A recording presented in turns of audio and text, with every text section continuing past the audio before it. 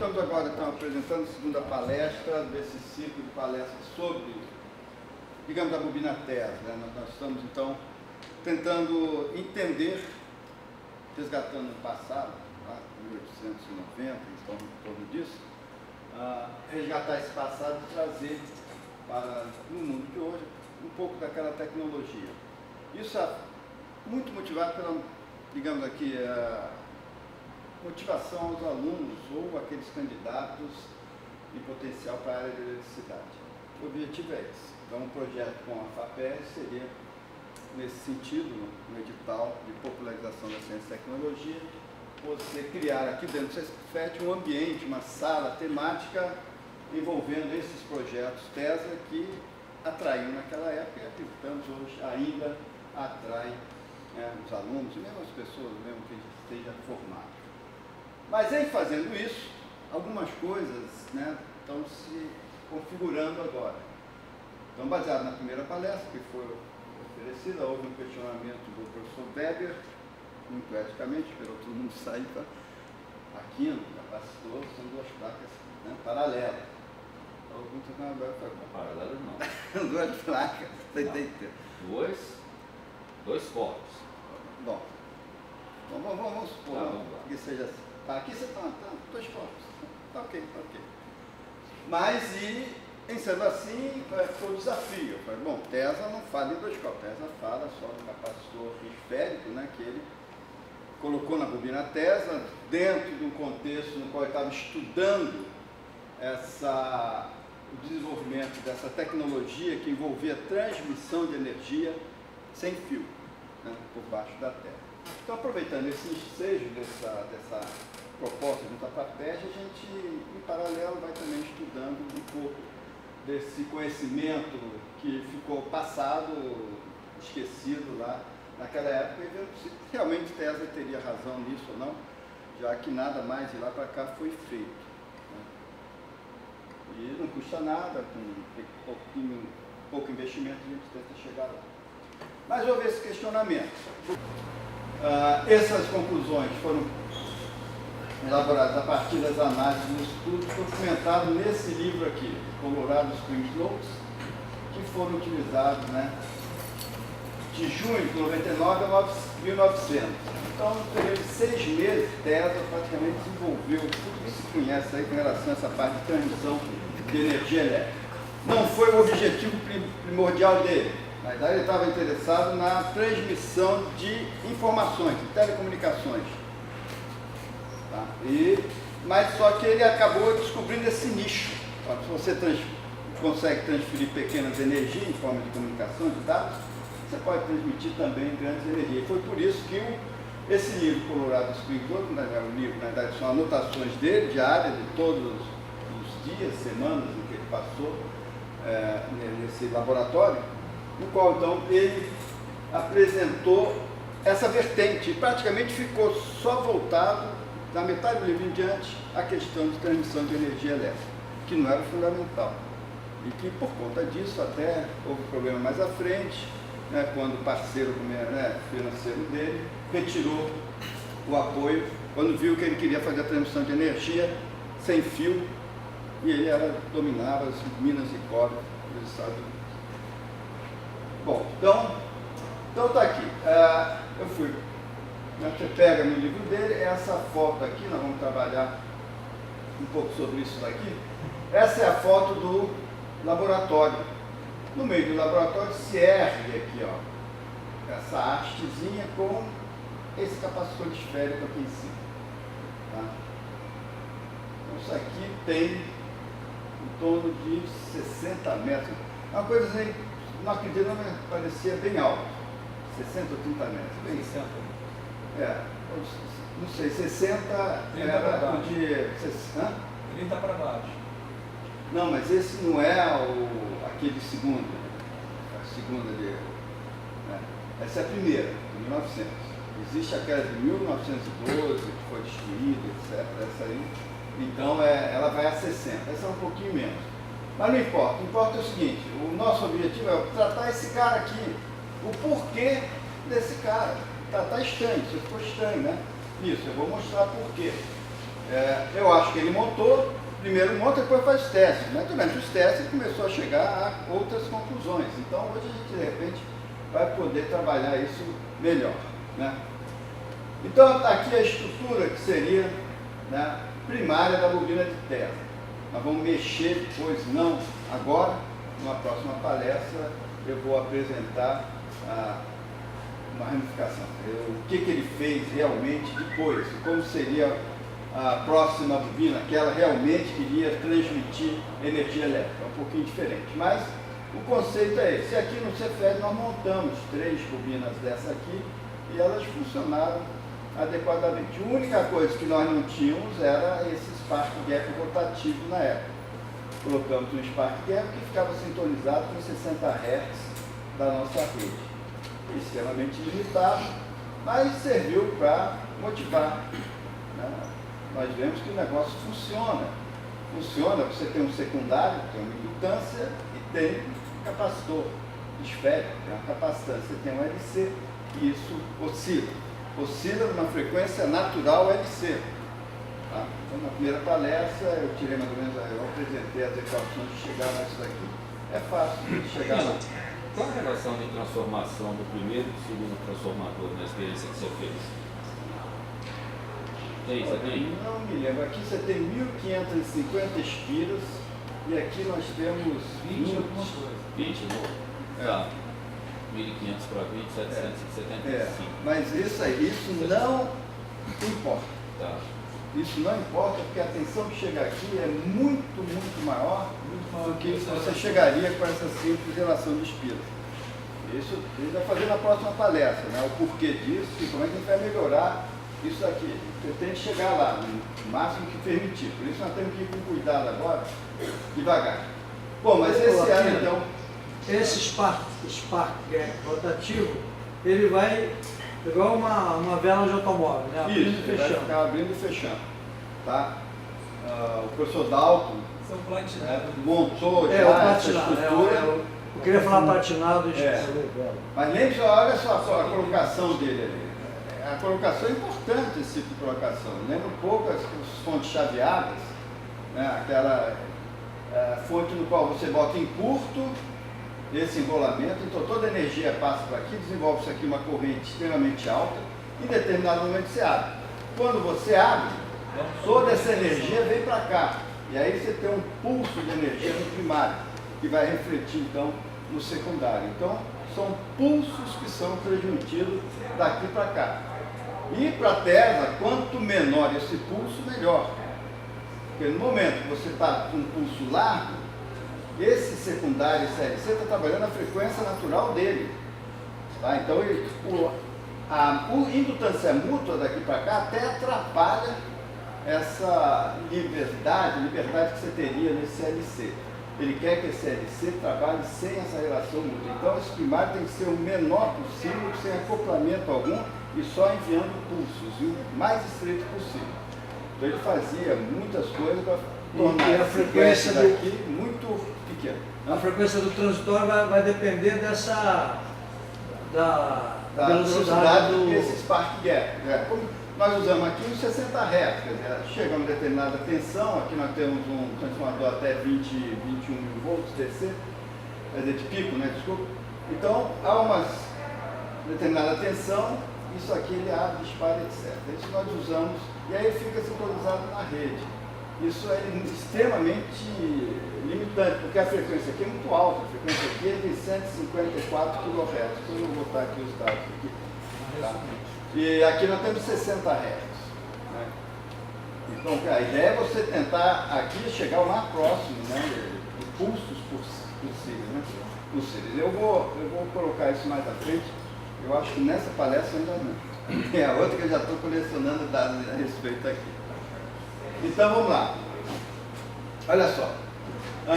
Embora o esquema anterior não detalhe, segundo Tesla, a capacitância do circuito LC do secundário da bobina é formada pelos efeitos dos mastros metálicos de sustentação, somados aos efeitos, né, do capacitor esférico. Então ali todo mundo pensa que é só a bola que está ali, mas não. Tesla, ele calcula ponto a ponto. ele faltou calcular, porque nós que na época dele não tinha a capacitância da própria bobina, porque a bobina tem uma capacitância. Então esse efeito a gente pode levantar mais à frente, né, quando nós formos calcular o nosso capacitor, né, desse efeito. Então, olha só, vamos aqui apenas uma observação interessante, né? Isso foi difícil para mim, né? O Tesla usava a dimensão centímetro aos capacitores. Tudo que é capacitor era centímetro. Aí eu falei, pô, capacitor em centímetro, capacitor em falha, né? Mas o que ele fazia? Ele retirava das constantes, aquele 4πr. Então ele evitava longos cálculos envolvendo essas constantes. Os valores dessas constantes eram usados apenas para o cálculo da frequência de ressonância do circuito. Então, para ele trabalhar com centímetro é mais fácil. Você fala em centímetro, uma bola, né, de raio tanto, você já tira pelo próprio raio a capacitância dessa esfera. Então, aqui, por exemplo, o capacitor esférico usado em Colorado Spring tenha 30 polegadas de diâmetro. E nesse caso, sua capacitância era de 30, etc., né, centímetros. Né, o raio da esfera expresso em centímetros. Então, a capacitância para ele é o próprio raio da esfera. Tá? Existe essa relação. Né? Depois você tem um 9 elevado, ainda tem um termo para transformar esses centímetros em farad. Isso foi difícil para mim, entendeu? Mas a gente tem que se acostumar a isso. Ele fazia isso com a indutância também. Então, quando ele tratava só a indutância, ele tratava a indutância como centímetro. Né? Então, a equação que ele usava, exemplo, né, página dele está aqui, 2π, desculpa o π, mas o editor não conseguiu achar o π, né? 2π sobre 10 ao cubo vezes essa raiz de LC. Esse aqui dava o período no qual ele estaria trabalhando aqui. L, né, vezes C. Então você está aqui, 38,1 centímetros em centímetros, dividido por 9 vezes 10 a 11. Esse ao cubo aqui entra como sexta, né, vai ficar 10 ao cubo aqui. 10 elevado a 11. Então está aqui, né? O sistema MKS, 4πε0 é 9 vezes 10 a 9, mas se você estiver usando centímetro, passa a ser 9 vezes 10 a 11, que é o que entra aqui. Mas é só uma observação. Então, para nós, vamos aprender a trabalhar em centímetros com o capacitor. Tá? Por favor. Aqui, então, eu tirei uma foto da página do livro, a página 260 do Colorado Spring, no qual ele mostra a consideração da capacitância do mastro. O mastro é formado por segmentos de vários diâmetros, diâmetro mais alto, 7 polegadas, até um diâmetro de 2,5 polegadas, a última antes de pegar, né, a bola lá em cima. Então você tem esse mastro, todos eles não tem colocado aqui, ele tem um comprimento, ele tem esse diâmetro e um comprimento. Baseado nesse diâmetro e no comprimento, né, se calcula aqui a capacitância em centímetros. Eu vou mostrar a equação. Então, só para mostrando aqui, né, a capacitância de cada segmento do mastro somado e mais a da bola. E você tem, então, uma capacitância total de 474,8 centímetros. Tá? Interessante, né? Não, para facilitar. Naquela época não tinha máquina de calcular, não tinha... Na régua de cálculo. Isso aí, havia regra, tá? Regra de cálculo eles são muito babado, babado todo. Agora, a regra de cálculo para chegar na terceira casa decimal, já começa com... Mas a regra de cálculo, o cara sabia trabalhar com aquilo, trabalhar até a 10ª casa decimal. Foi a última turma na UERJ que teve regra de cálculo.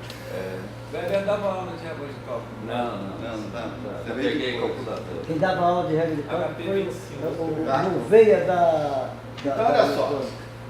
Então, observação, eu aproveitei e peguei essa observação do próprio Tesla. Né? Isso supõe, é claro, que a capacitância é conectada em múltiplo. Para ser verdade, deve ser supostas ondas longas, tá? Porque para ondas curtas, ele já disse que tem que ser levado em consideração os efeitos das extremidades. Então, né, eu considero aqui, isso aqui é um cilindro. É um cilindro, é uma haste, é um cilindro. E o cilindro, se você pegar as extremidades do cilindro, ali você tem as arestas, e ali você teria um acúmulo de carga. Então, existem uns trabalhos sobre isso. Aqui ele não considerou, por quê? Está considerando tubos muito largos, muito grandes, comprimento grandes em relação ao diâmetro. E com isso você, a princípio, pode não desprezar os efeitos dos bordos, né, das extremidades. Inclusive porque eles são ligados em si, então já há uma diminuição desse efeito, porque um já está interligado ao outro aqui. Mas tudo bem. Mas olha só, o que é interessante que eu não vi isso ainda em trabalho algum, que veio dessa tabelinha aqui. Eu falei, puxa, tem alguma coisa estranha, né? Eu tenho aqui uma tubulação de 7 polegadas, né, cuja capacitância é 91,7, que ele é bem maior que a capacitância da própria bola. Isso é maior que a da bola. Se você olhar, todas são maiores, a não ser a última que está lá em cima, que tem 30, mas mesmo assim um valor que é próximo da bola. Aí eu falei, deixa eu fazer uns cálculos bobos aqui, né? Isso é empírico, né? Por favor, não desenvolver equações matemáticas, por ter feito. Mas tinha na hora a maquininha, eu comecei a fazer, eu calculei a área de cada uma dessas segmentos de tubulação. Peraí, 7 polegadas é o comprimento? É a largura. O diâmetro. Tá. O comprimento, ele era grande, ele era 30 metros. Não, são vários, aqui são vários. Se você Sim, dividir, mas como é que você calculou a área se você... Ele tem, o livro dá. Mas ali dá o comprimento? Não, aqui não dá. Na outra página dá. Aí você usou esse outro Claro, dado? claro, 2πr. 2πr, né, vezes o comprimento, quer dizer, a seção. Ele planificou tudo, né? Ele planificou, porque a área do capacitor plano é epsilon, área sobre comprimento, sobre distância, né? Então ele... Tá bom. Mas não era isso que eu queria gostar. O que eu vi aqui é o seguinte, para essa área daqui, né, eu teria uma relação capacitância dela dividido pela área, esse valor. Eu dividi este por esse. Porque eu comecei a ver alguma coisa interessante aqui. Olha Essa só, área aí é a área lateral de cilindro. Isso, por quê? Não é o volume. A carga, ela se coloca se distribui na superfície, então não importa o que tem lá dentro. A própria bola de Tesla era uma esfera oca, né? Ainda bem. Então eu só peguei esse, não considerei, né, a parte das extremidades, e eu vi o seguinte, que quanto menor, mais estreito, maior a relação capacitância-área. O que me leva a crer que, puxa vida, será que seria mais vantajoso ter capacitores, digamos, cilíndricos, do que os esféricos? Isso? E aí eu botei algumas equações. Aí eu falei, bom, vou perseguir isso. Aí nessa relação eu vi aqui, já não sei, pelo primeiro caso aqui, né, que já é uma relação capacitância-área baixa, todos os outros são superiores em relação à bola. Quer dizer, não sei porque, eu li o trabalho todo, porque Tesla não se referiu a uma outra forma de capacitância. Por que ele foi botar uma bola lá em cima? Não teve sentido ele colocar uma bola lá em cima. Então, a princípio, eu não vi motivo para isso. Tá? Ainda estou lá estudando, relendo, o tipo do trabalho que você tem que ler e reler, porque às vezes tem nas entrelinhas, tem coisas que você não se percebe na primeira forma. Isso é a primeira vez. Então esse trabalho eu já tinha lido já há um tempo. Lendo agora com mais calma, eu descobri isso daqui. Aí a conclusão aqui foi o seguinte, a esfera possui um fator de forma mais ineficiente que o cilindro. O fator de forma é a forma, seria a área dividida por alguma coisa. Fazendo a relação da área, e aqui eu escolhi a capacitância, tá? Não o volume. Depois tem aumentado, se tivesse volume, talvez fosse diferente. Mas era um fator de forma ineficiente. Então eu falei, vou começar agora a trabalhar no cilindro, pois será que, né? E, tá? Aqui então, você teria 2 pontos importantes, né? Dentro da conclusão que se pode ter. Primeiro, qual a equação usada para os cálculos da capacitância? Ele usava uma equação das capacitâncias, não da esfera, que hoje qualquer livro dá a capacitância da esfera, né, isolada. Qualquer livro você encontra isso, mas você não encontra fácil a capacitância do cilindro, isolado. Isolado significa ele sem referência. ou se a referência está no infinito, segundo o que hoje se fala lá nos livros. Né? Então, a equação que usamos, nós vamos discutir. Aí o porquê do uso de superfícies esféricas como capacitor. Tá bom? Muito bem, vamos analisar isso aí. Então, o objetivo nosso aqui seria exatamente isso. Né? Então, olha só. No livro do John, né?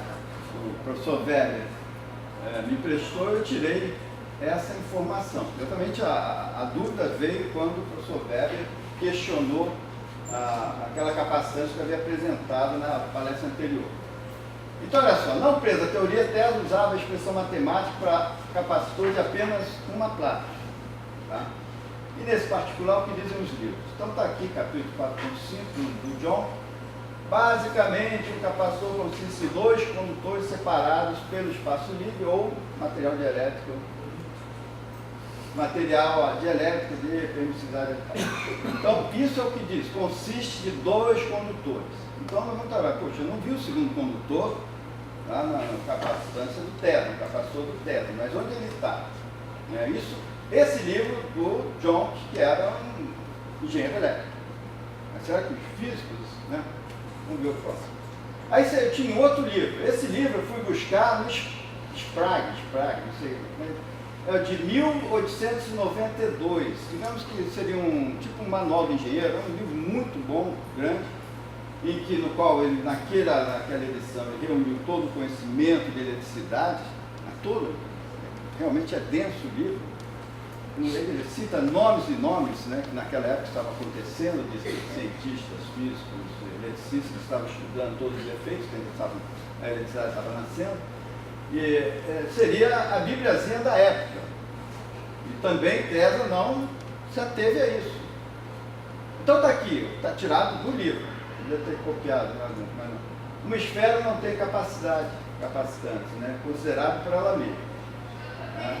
Qualquer definições, afirmações referentes à capacidade de superfície simples são meramente processos artificiais de cálculo. E não expressões de fatos naturais. Interessante o que ele fala aqui. Conclusão. Pelo livro da época, a bobina proposta por Tesla não funcionaria, já que depende de um capacitor que de fato não existe. Então ele falou uma coisa e, no entanto, funcionava o capacitor do Tesla. Funcionava lá. Então, já começa. Se você segue o livro, você nem trabalha em cima disso. Essa que é o limitado. Isso que Tesla reclamou quando ele falou de Maxwell. Quando ele falou que o pessoal, gostando muito de Maxwell, tenta ajustar qualquer nova descoberta às equações de Maxwell. E aí, coisas que poderiam ser descobertas acabam veladas. Né? Essa foi a própria crítica do Tesla. Eu apresentei essa crítica na aula passada. Mas isso daqui, por exemplo, cerceia qualquer estudo. Então vamos ver o da capacitância. Como é que alguns explicariam, né, o capacitor esférico? Você pega, né, a capacitância desse elemento daqui, né, são duas esferas, né, uma interna e outra externa, uma com uma carga Q, né, no caso positiva, outra negativa, e a capacitância desses dois elementos volumétricos teria esta equação aqui, ó, 4π ε0, né, AB sobre B menos A, onde AB são os raios das respectivas esferas. Então, olha só. O que acontece, então, se B tende para o infinito? E aí é o argumento do infinito que, né, muita gente fala aqui. Isso aqui vai para um resultado. A capacitância se transforma no quê? Não vai? B sobre B, né? B fica muito maior que A, você corta B com B. Não, mas fica o A. O A fica. É onde ele entra aqui, ó. Ele entra aqui como o raio, que é o que ele fala, né? O raio da esfera em centímetros vezes, né? O 4π ε0, né? Esse fator K. Ele te dá a capacitância. Beleza. Todos os livros de eletricidade que falam sobre capacitância apresentam esse exemplo. Mas é o único exemplo. Mas por que isso não se aplicaria nos outros exemplos? Porque não se aplica. Desculpa aí, eu confundo aí. Tá, então, o que acontece aqui? Encontramos um curso do MIT, eu busquei lá, né? Sobre a capacitância da esfera. Então, nesse site daqui, encontramos, está aqui, esta equação aqui. Né? Também, um condutor isolado pode ter uma capacitância. MIT, não é qualquer um. A MIT diz, também um condutor isolado. No limite, quando B tende a infinita, a equação superior se transforma nisso daqui, ó. Está aqui. Né? B tende a infinito, fica 4π × 0, que nós vemos, que é o próprio raio da esfera. Então, o próprio MIT, né, ele dá como exemplo, mas ainda diz, o condutor isolado pode também ter uma capacitância. Tá? Então, isso aqui foi tirado, essa parte foi tirada do livro. As equações estão lá, está aqui a referência, se alguém quiser ir atrás. Era um curso do MIT. Então vamos lá, vamos pegar no João o exemplo do cilindro, aliás, do cabo coaxial. O cabo coaxial, o que é? Um cilindrozinho interno e um cilindro externo. E vão aplicar a mesma tecnologia, digamos, aplicar o mesmo pensamento aqui. Né? Então nós temos aqui, né, partindo da expressão da capacitância de dois cilindros concêntricos, né, nós poderíamos fazer B tender a infinito. O que acontece se nós fizermos B tendendo a infinito para ele? Será que nós vamos chegar em alguma equação útil? Está lá no próprio John, página 205. Né?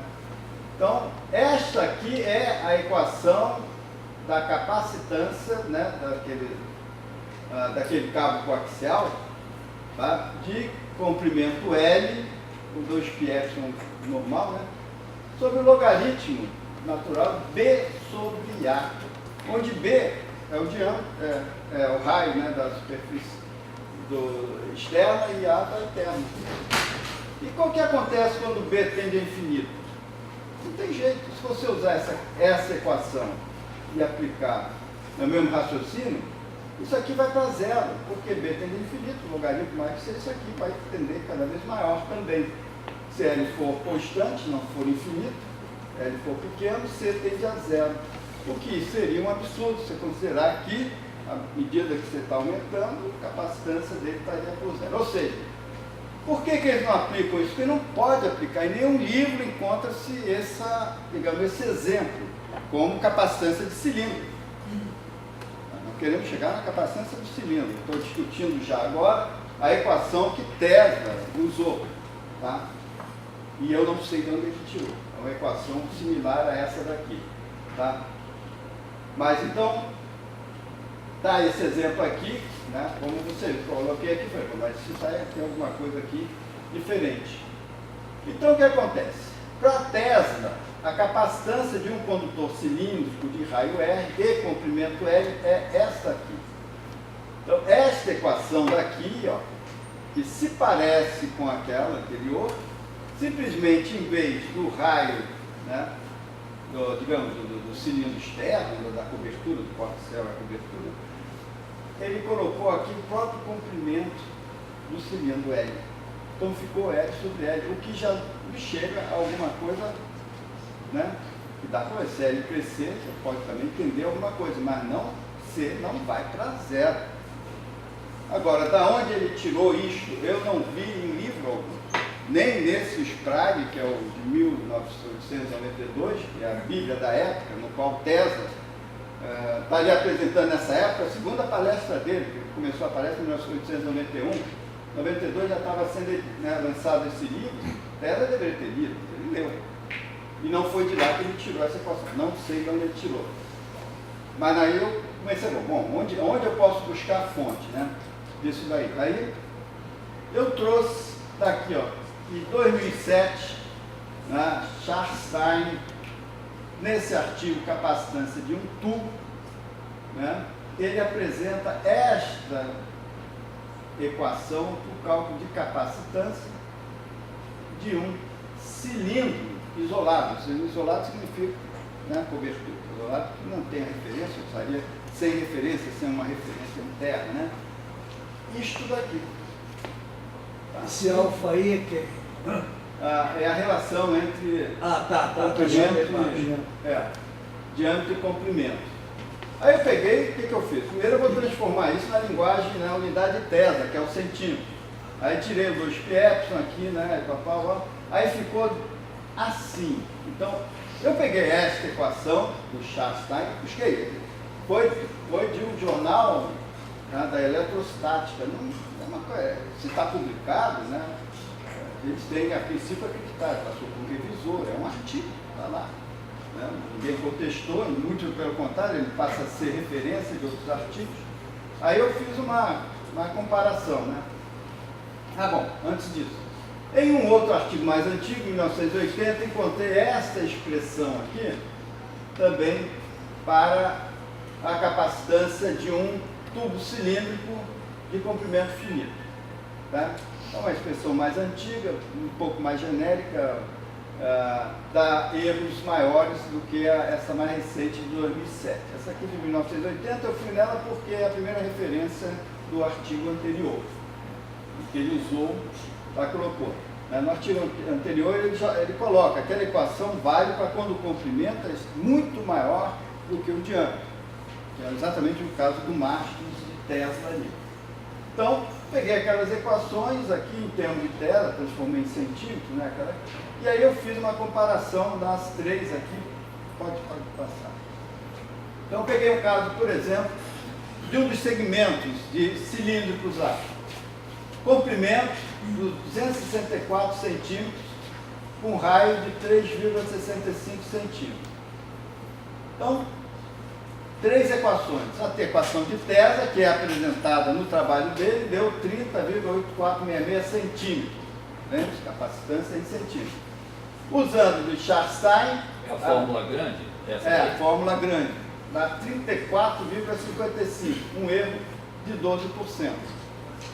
E usando do Butter, que é o mais antigo, dá 44, um erro de 45%. Mas o Chastain ele foi mais criterioso, que ele dividiu. Para tubos menores, com relação diferentes, é outra equação. Eu não quis usar outra porque, na verdade, todos os mastros, o segmento de mastro, tem um comprimento muito maior, como é o caso aqui do raio. Aqui são 2,64 metros contra 3 centímetros de raio. Né? Um outro exemplo, do mesmo mastro com outro segmento, então nós temos aqui capacitância de Tesla 82, Chastain chega ao resultado de 92, né, um erro de 12% novamente. Ou seja, um erro recorrente. Ou Tesla poderia ter revisto a equação dele, que também está muito simples, né? Ou essa aqui, mas aí já é uma pessoa mais ligada na física, então provavelmente Chastain esteja com alguma coisa mais próxima da realidade. E o Butter, um erro de 18%. Tá? Então, observa-se, isso que é interessante, que a aproximação de Tesla é razoável. Mesmo naquela época, sem referência, que eu não consegui achar referência para aquela equação, ele chega a valores extremamente factíveis. Ele usa e funciona. Tá? Então, a gente pensa, mas ele usou lá, será que eu preciso usar? Porque qual é o meu problema? Aquele capacitor é chato fazer. Nós tivemos um problema para fazer uma bobina, vamos usar o toroide, que é a solução que todos usam, já que um capacitor é complicado, vamos usar uma superfície toroidal, que é mais fácil realizar, né, fisicamente.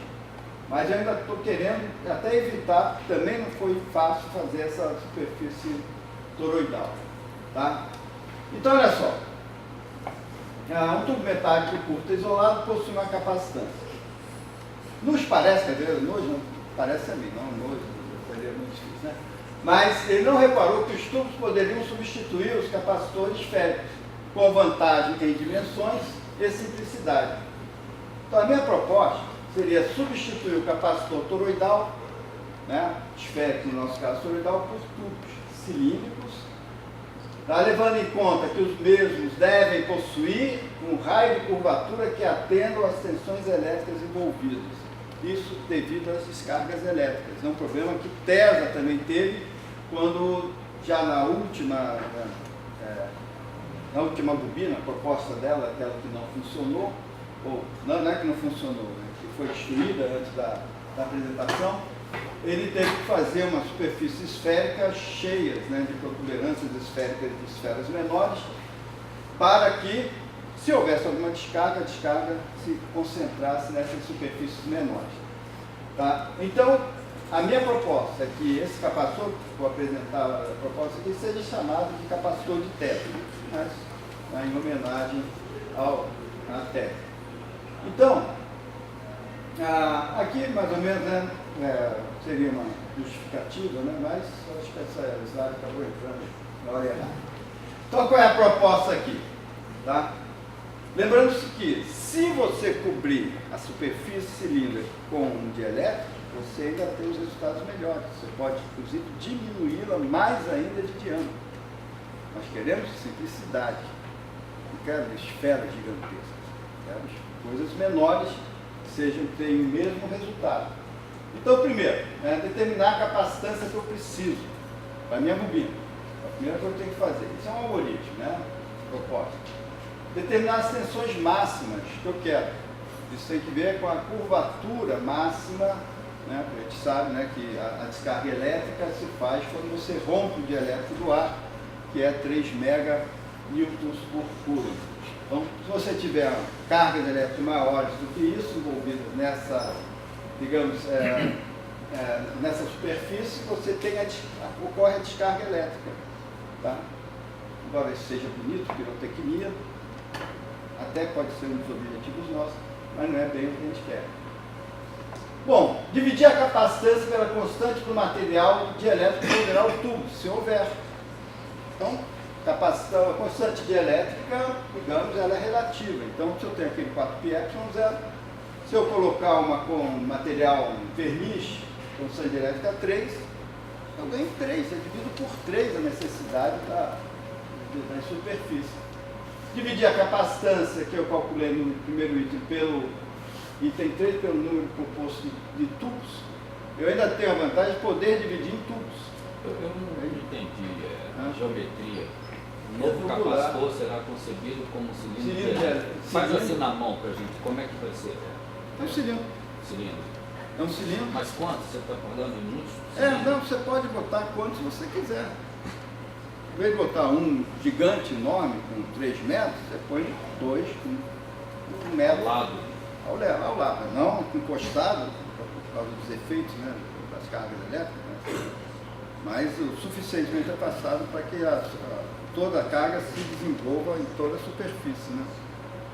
Então, essa é uma proposta. Né?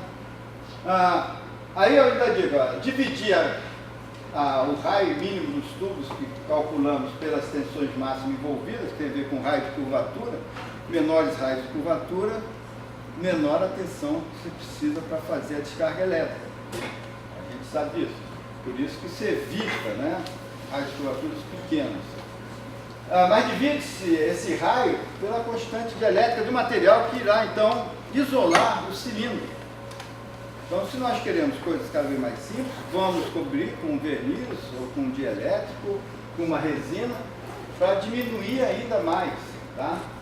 E, com isso, você chegar a uma capacitância desejada e também com a rigidez dielétrica. Essa rigidez dielétrica também tem que ser levada em consideração, senão você vai ter descargas elétricas acontecendo nessa superfície que é, digamos, menor. Né? Bom, esse é um algoritmo que ainda está para ser testado. Então, aqui, por exemplo, tem propostas de capacitores cilíndricos, digamos, cilíndricos, né? O primeiro seria este formato aqui, tá? É um tubo, só que lá em cima, naquela seção de cima, tem que ter uma semi-esfera. Por quê? É preciso que em toda a superfície daqui o raio de curvatura seja o mesmo. Senão haveria preferência da descarga elétrica acontecer no ponto de menor curvatura. Então eu não posso simplesmente seccionar o cilindro aqui, porque você vai ter problemas aqui de descargas elétricas, você vai ter raios de curvatura extremamente baixos aqui. Então a proposta é que seja um tubo, né, cilíndrico com uma cobertura semi-esférica para se manter a mesma raio de curvatura e com isso se distribuir igualmente. Detalhe.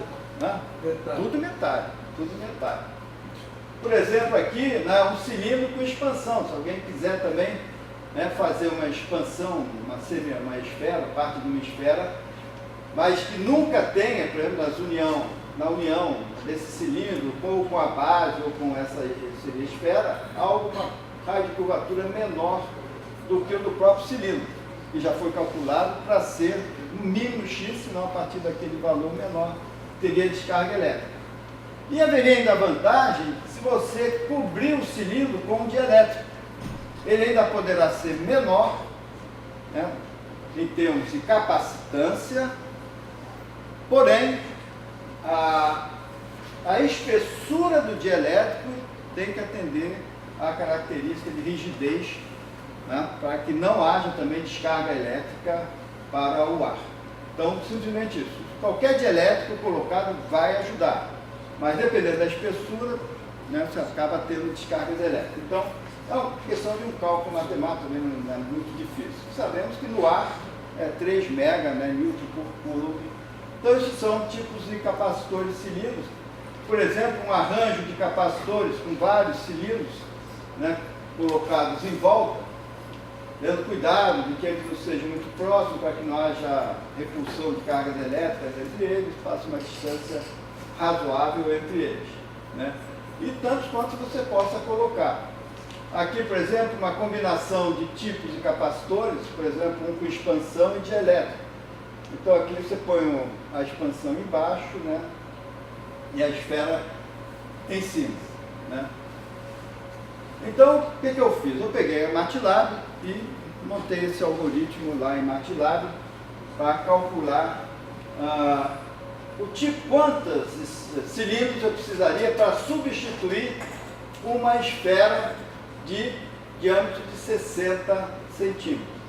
Então tá lá. Então, é jogar no MATLAB aquela equação. 60 centímetros é o diâmetro do capacitor esférico, usando a equação, aí já não é nem de tela, a equação conhecida, você tem para aquele valor uma capacitância de 33 picofarad. Então, quem trabalhou comigo lá na Spotec sabe que nós tivemos um capacitor lá toroidal, mais ou menos, tivemos até que colocar 2 toroides para chegar a esse valor, porque a nossa esfera ia ficar realmente bem grande, extremamente, né, difícil de confeccionar. E mesmo o toroide ele seria enorme, então dividimos em 2 toroides e até em 3 toroides, se fosse o caso. Tá? E aí ficou aquela coisa, né, diferente. Né? Aí eu fiz, bom, vamos propor, comprimento lá, um capacitor cilíndrico de 20 centímetros. Então, olha, estou pegando uma esfera de 60, agora estou propondo tubos cilíndricos de 20 centímetros, cujo raio, a relação de raio, né, seja metade do comprimento. Né, metade do comprimento. Chegando nisso daqui, eu teria então uma capacitância. Não, ainda fiz mais.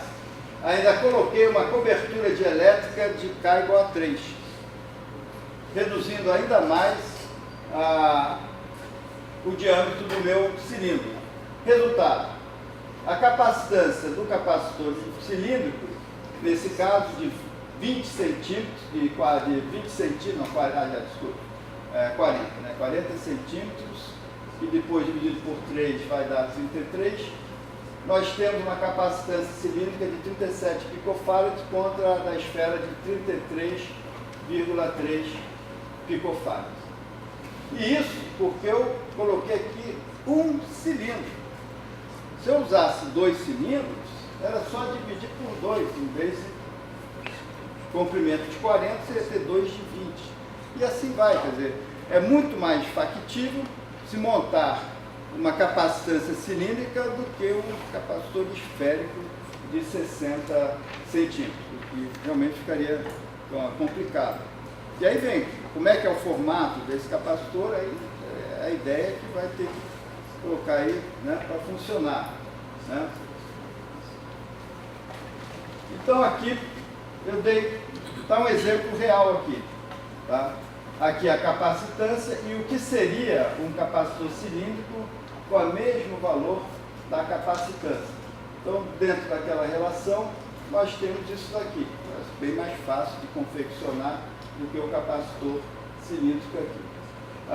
De novo, aquela consideração da cobertura da rigidez elétrica, né, do conjunto seja menor que 3 megavolts por metro, joules por cubo, mas de qualquer forma é uma observação importante, né, devido para nós não queremos que haja descargas elétricas, tá? Queremos apenas explorar o efeito, tá, de LC, né, da ressonância, da frequência de ressonância né? Então, por exemplo, aqui um capacitor de Tesla com 7 cilindros e mais uma cúpula para descargas elétricas. Para tubos metálicos resinados, para evitar descarga, mas sempre você vai ter que ter uma válvula de escape. Então, uma cúpulazinha em cima para que haja a descarga elétrica no ar, caso, né, haja necessidade. Né? Bom, aqui é o seguinte, uma outra, aqui também, acabei colocando aqui o que vai ser uma motivação para a próxima palestra, né? Uma novidade atribuída à Tesla foi a introdução do indutor terciário, né, na bobina. O que nós tínhamos antes era um secundário desacoplado do primário em ressonância com o capacitor, você tinha um LC. Tesla separou isso, né, botou um secundário rigidamente acoplado ao primário e um terciário totalmente desacoplado. Totalmente desacoplado, apenas um fio elétrico ligando o terciário que pode estar em qualquer ambiente, tá? Como ele fazia, ele levava até para fora, né, do próprio laboratório, e mesmo assim ele conseguia a sintonia do circuito, sem ter acoplamentos magnéticos, tá? Facilitou para ele isso daqui, tá? Outra consideração interessante aqui, a equação que ele trabalhava, né? A indutância, a forma da indutância de um indutor de comprimento os velhos indutores de bobinas, né, helicoidais. Nós temos esse 4πs N ao quadrado dividido por B, né, dividido por 10 a 7. Isso aqui é a indutância no sistema MKS. S é a área, né, da bobina, N é o número de espiras, e D é o comprimento da bobina. Entenda-se o comprimento da bobina desde o início até o fim, com as bobinas correndo nessas extremidades. Mas se você trabalhar nessas equações, você chega numa equação mais simples, que é o comprimento total do fio que foi usado para a confecção dessa bobina, elevado ao quadrado, dividido por B, onde B é exatamente o comprimento da bobina. Então, existe o comprimento em metros do fio, que é o comprimento total do fio usado, e o comprimento da bobina, né, que é o espaço que isso vai ser confeccionado. Então, essa equação daqui fica mais interessante usar, porque você trabalha com comprimentos. A única coisa que você vai fazer é descobrir qual é o comprimento total do fio. Você vai descobrir, na verdade, é o D, é o comprimento da bobina. Tá? Porque, na verdade, o comprimento do fio tem que estar de acordo com a lambda sobre 4, que é o comprimento de onda da frequência de ressonância do sistema dividido por 4. Tá? Então, isso foi só uma curiosidade. Tá? Aqui eu dei um exemplo, depois eu faço para o professor Weber, que ele pediu, né? A nossa bobina aqui. Então, na nossa bobina, nós tínhamos um diâmetro de 0,1 metros, ou 100 milímetros. Tínhamos um comprimento de 88 centímetros e tínhamos 1.550 espiras. Essa bobina, teoricamente, foi calculado 26,9 milihenries e pelos nossos aparelhos ela mediu 26,8. Então, extremamente próximo, né, do valor teórico do valor encontrado ali. Tá? Então, para essa bobina, a nossa esfera deveria ser de 72 centímetros. 82 centímetros, uma coisa imensa. Aquilo, você não pensa duas vezes, você quase desiste do projeto. Como é que eu vou botar um negócio desse numa feira, né? E manter isso dentro do laboratório. Aí optou-se por 2 toroides, tá? Mas mesmo assim o toroide também me trouxe problemas. Mas estamos aqui, se usarmos, para esse caso, cilindros nus, seu diâmetro deverá ser menor que 10 centímetros, ou se cobrirmos com dielétrico K igual a 3, o diâmetro reduz a 3,3 centímetros. Em vez daquela coisa monstruosa, você teria essa possibilidade de usar, né? Então, o que nós vamos fazer a partir daí? É testes, né, comparativos entre o toroide, né, que é uma opção, e os cilindros, os capacitores de cilindros. Por exemplo, nesse caso aqui, nós já fizemos alguns testes anteriormente para ver a sintonia, a ressonância da bobina, e agora vamos fazer o mesmo já com os cilindros para ver se esse caminho também é um caminho factível, tá? Então faltam testes para consolidarmos apenas os resultados teóricos. E aqui para a descarga elétrica pode-se usar os elementos já testados. No caso nós temos lá os para-raios, temos a bolinha de maçaneta de alumínio, que são os elementos que a gente tem usado aí para fazer as nossas descargas elétricas com vantagem. Então, essa é a proposta da gente então encaminhar agora testes em cima de testes para ver se é um caminho usar cilindros. Então vamos precisar de gente que, né, possa fazer no osciloscópio, injetar sinais, pulsos no primário, ver no secundário a frequência, o amortecimento, e que isso acontece, né, para vários cilindros ou propostas de cilindros. Eu acho que é aqui. Então, vem a pergunta, ficou só a pergunta. Primeiro, por que da esfera lá em cima? Eu acho que realmente a esfera, ele não usou a esfera fundamentalmente para ser um capacitor, mas para evitar as descargas laterais, porque o campo elétrico concentra muito. Essa esfera ela é usada, sistemas que têm alta tensão, bota a esfera na ponta, porque essa capacitância é para a terra, suponho que seja, né? Porque a gente quando pensa no capacitor, pensa sempre em 2 placas. Então o capacitor com uma placa só, é difícil que a gente não tenha essa definição. A capacitância é para a terra. Por exemplo, linhas de transmissão de alta tensão, elas têm um fenômeno que é um problema, que é o chamado efeito corona. Quer dizer, há uma emanação de energia da linha para a terra, e ela está completamente isolada, né? Então, me parece que ele chegou a essa bola aí para evitar a concentração de campo elétrico e fechar um arco direto. Que aí ele equaliza e separa, porque a linha de campo ela sempre sai perpendicular à superfície, né? Então ele conseguiu separar e equalizar o campo elétrico. Quer dizer, essa bola não é o melhor capacitor, mas ela equaliza as linhas de campo que vão sair para a terra. Mas lembra que toda essa haste metálica, ele tem uma raio de curvatura menor, e a princípio, então, os campos aqui são mais fortes. Embora tudo isso aqui esteja na mesma tensão elétrica, o campo elétrico ele é mais forte, sim, né, onde a raio de curvatura é menor. Então, os campos elétricos são mais fortes, se tiver que acontecer uma descarga elétrica, não vai ser na esfera em absoluto. Eu só não entendi. Mas eu acredito que se você cortar o tubo em cima,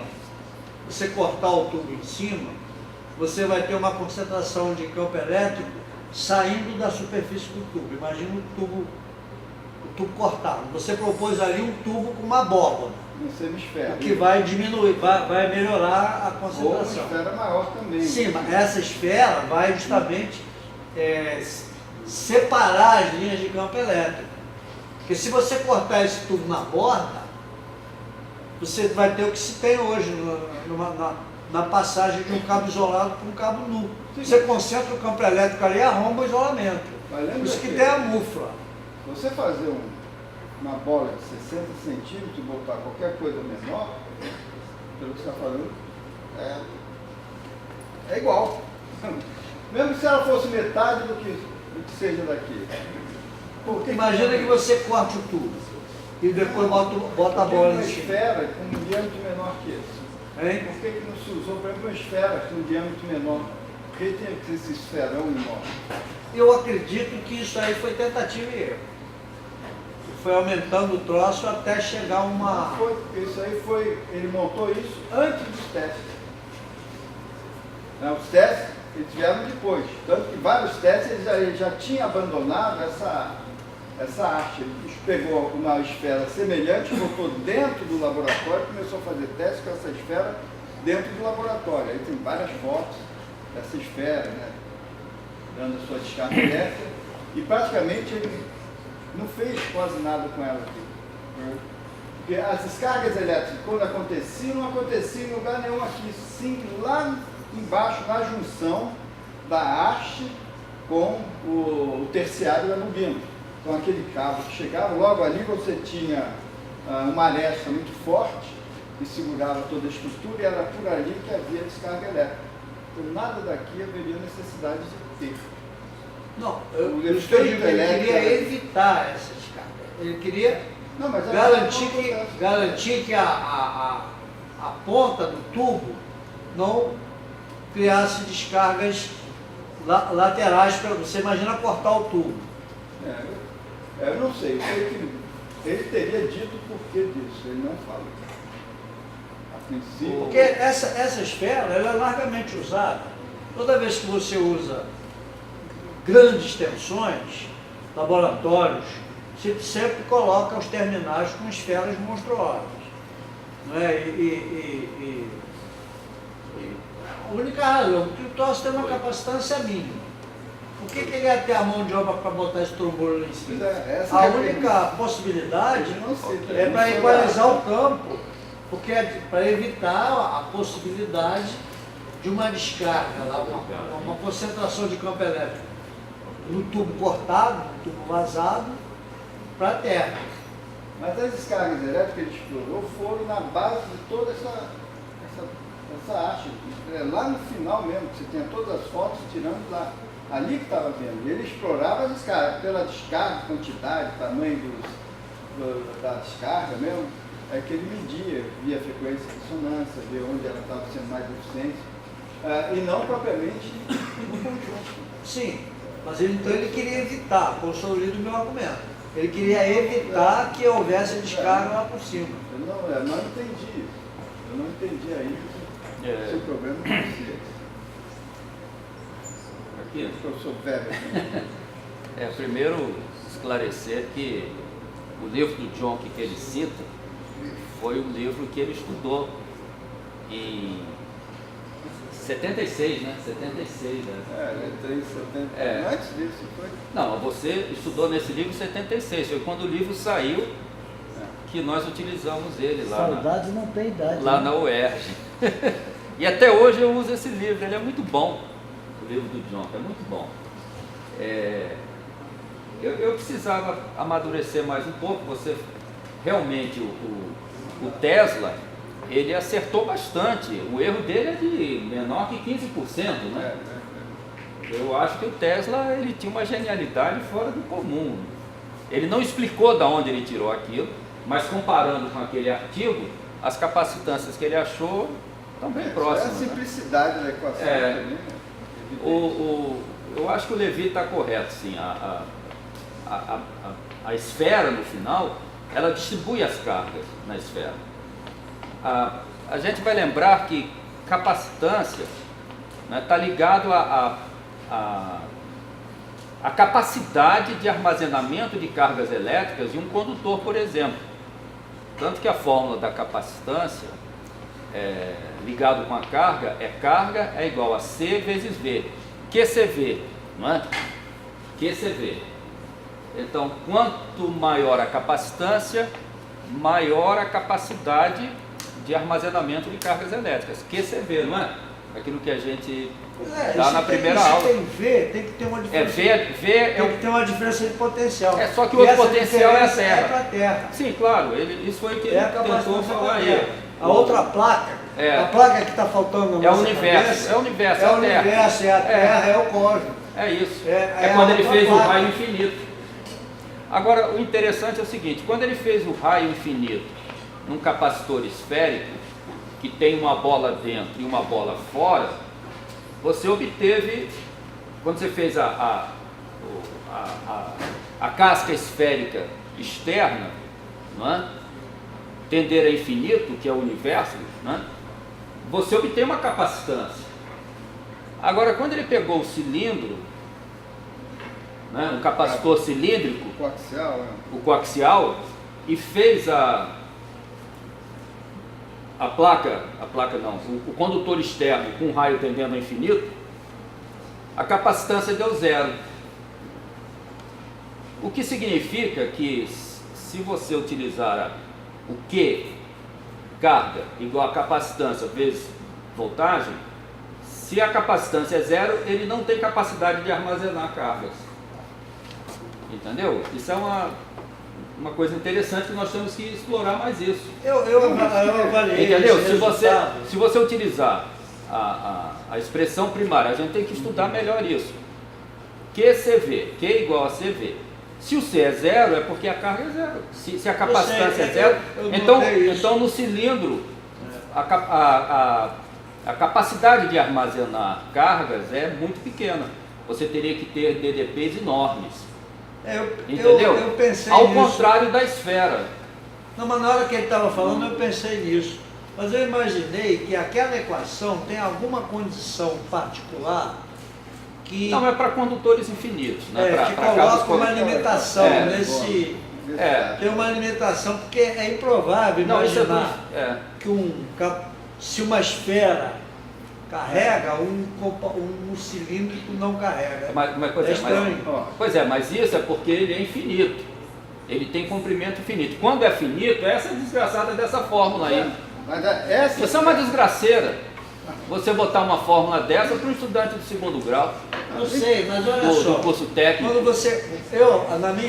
na minha imaginação, quando você bota um condutor infinito, necessariamente a posição dele teria que ter alguma relação, já que ele está, o terra mais próximo é a Terra. Mas talvez seja aquilo que então você falou. falou. Então você está pensando no vertical, mas e se ele estiver horizontal? Eu imagino, grosseiramente, que há alguma condicionante na formulação teórica dessa equação, que quando você joga ao infinito, você extrapola alguma coisa. Não, eu acho que tá. Eu acho que você respondeu isso quando você disse que nos cilindros as cargas iam para as pontas e lá que dava o problema. Sim, isso é tudo. Mas se ele for infinito, ela nunca vai chegar na ponta. É por isso que essa equação é só teórica, né? Você não tem uma haste infinita. Mas eu acho que nessa fórmula, para o que você falou, as cargas, eu acredito que elas tendam a ir para as pontas do cilindro. Eu acredito nisso. E no caso da esfera, como todas elas se repudiam, né? Tem uma repulsa igual, elas tendem a se distribuir. Eu acredito que a gente tem que explorar isso, a distribuição das cargas no cilindro finito e na esfera. Entendeu? Então, essa equação... faz sentido. Entendeu? Mas isso é um pouquinho mais além. Com você agora. Se eu pegar aquele cilindro, suspender mais 20 metros, a capacitância da esfera vai aumentar ou diminuir?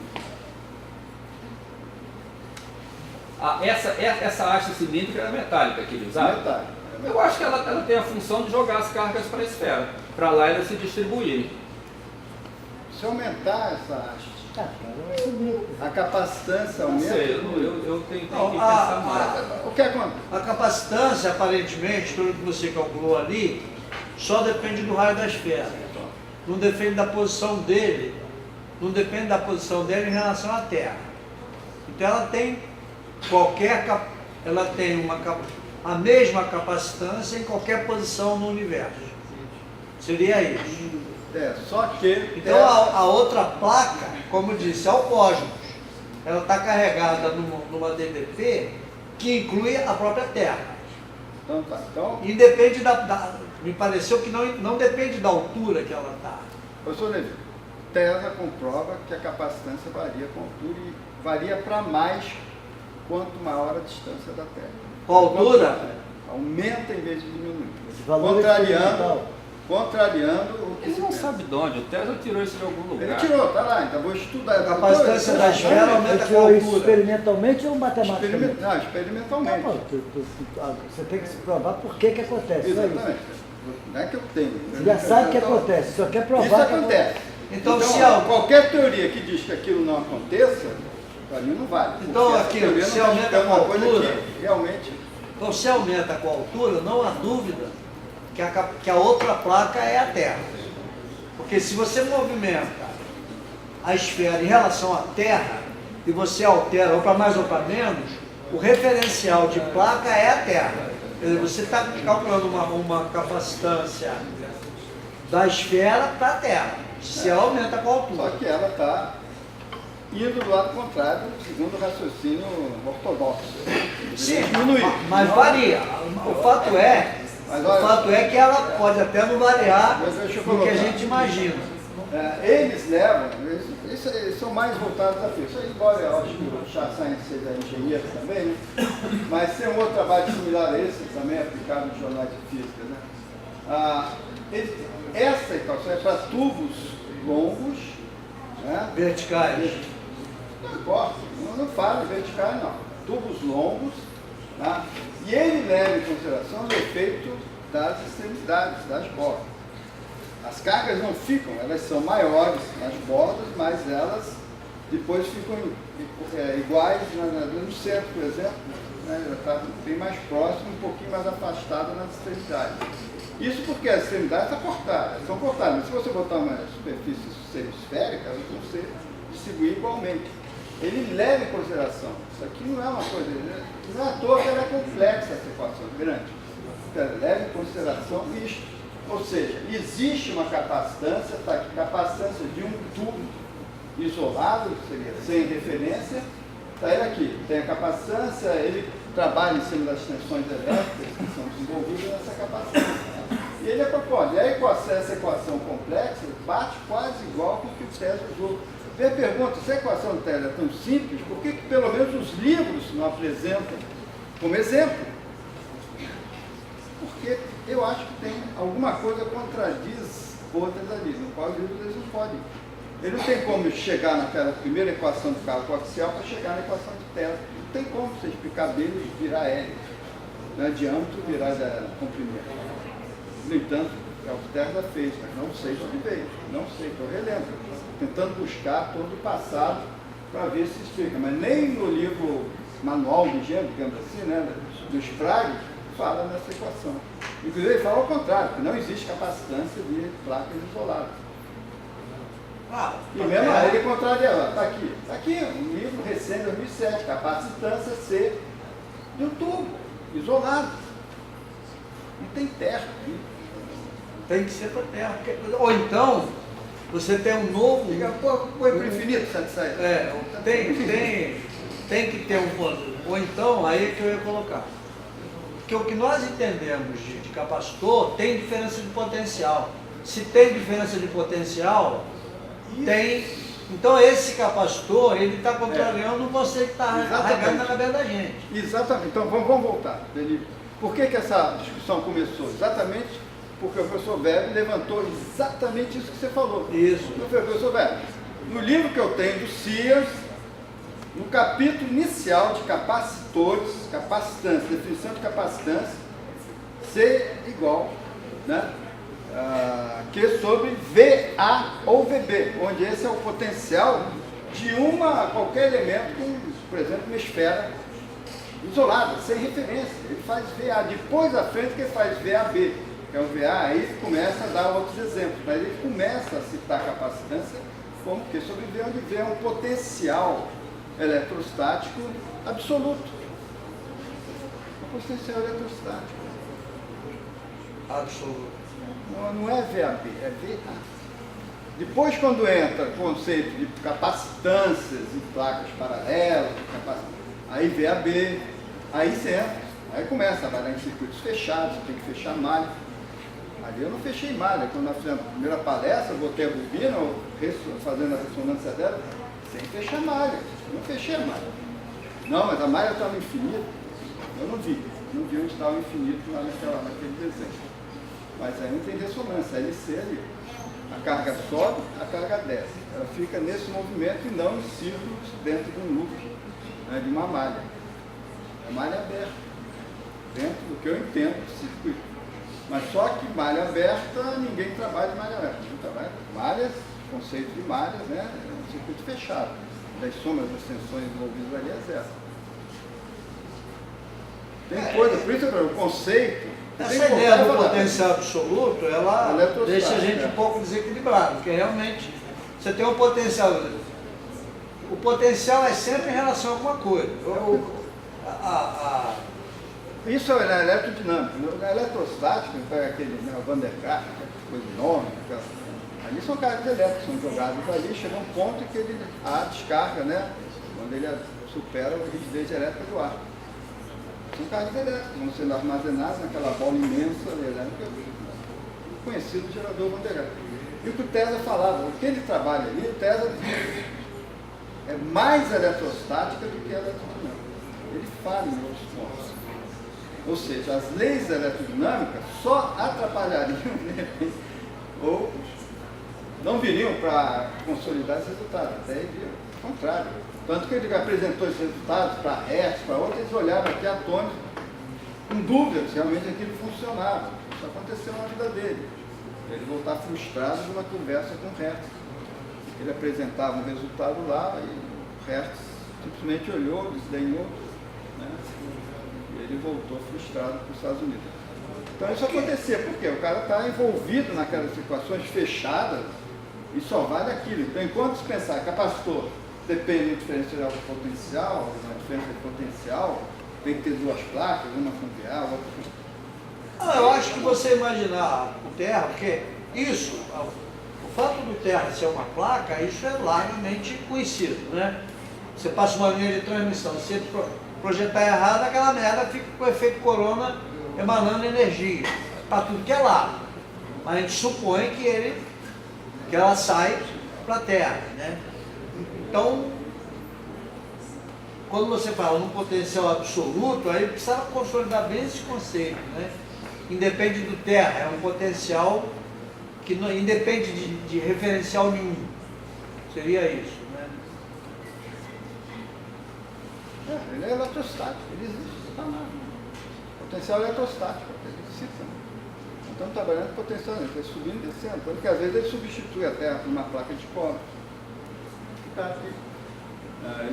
O terra dele era 4 metros de profundidade, ele colocava uma placa de cobre lá embaixo e tal para fazer. Ele teve problema com isso, porque o terreno era muito seco, tinha que ficar molhando, né? Nós já temos um terreno mais úmido, para nós já favorece, né, todos esses trabalhos, vamos ficar fazendo lá, umedecer o terreno, né?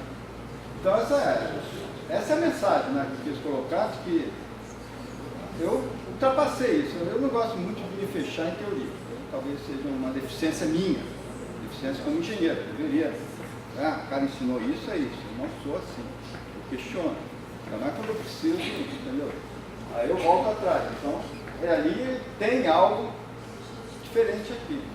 Tem uma mensagem aqui que ele tem que explorar, que pode conduzir a coisas que possa ferir a teoria, né, que a gente estuda. Pode ser até que se justifique, mas aí você tem que mudar a forma de enxergar tudo.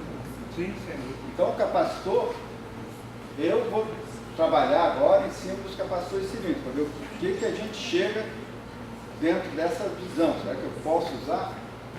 Aqui no caso ele propõe essa equação. Eu pretendo usar essas equações, acho ela até mais fidedigna que Tesla, com toda a genialidade, porque aqui se tem algo um pouquinho mais elaborado, né? O logaritmo neperiano aparece várias vezes, né? Mas, de repente, eu posso comparar com Tesla também. Mas eu acho que vale a pena investir um pouco de esforço em cima disso. Então hoje nós temos essas vertentes. Nós já estamos com o Spark Gap rotativo já pronto para os primeiros testes.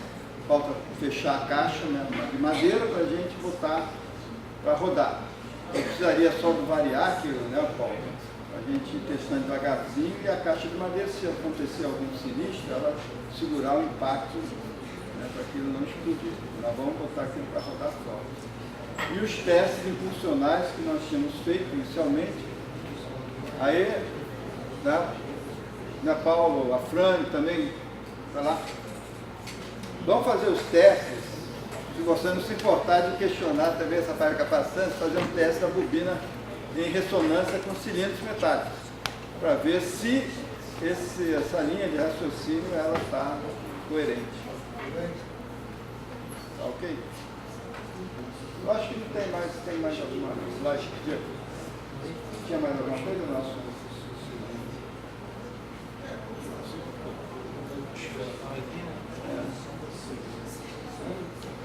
Então está aqui, ó. A outra consideração aqui também, né?